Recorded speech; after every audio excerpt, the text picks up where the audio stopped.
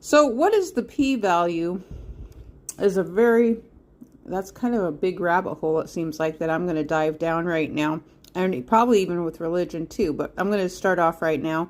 What is the p-value in flawed statistics calculating job creation and unemployment? Now, with the p-value, it also includes something that doesn't exist. And so how could we, well, we know that it does exist. So we don't have a null hypothesis with this, but this is why it would get interesting with religion and other things, and even, oh my goodness, even Wall Street, because we know Wall Street exists, which means that Wall Street would be a void.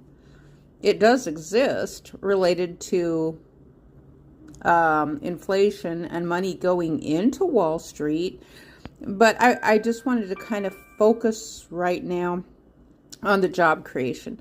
So I gave myself some questions here related to the p-value of flawed statistics with job creation and unemployment. And that is, the Fed chair is responsible for 100% job creation.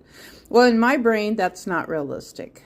Because the Fed chair, his job is watching out for interest rates. And, right now it just seems like he has a very hard time because he's always chasing companies who are actually just raising their prices on purpose. Another thing I included in here is violence in media for clickbait versus real world facts.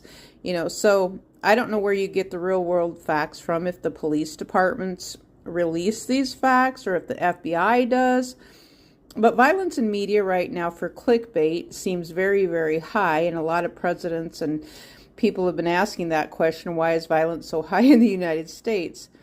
Now, another thing related to flawed statistics is, how does a housewife claim unemployment, the gig economy, so she's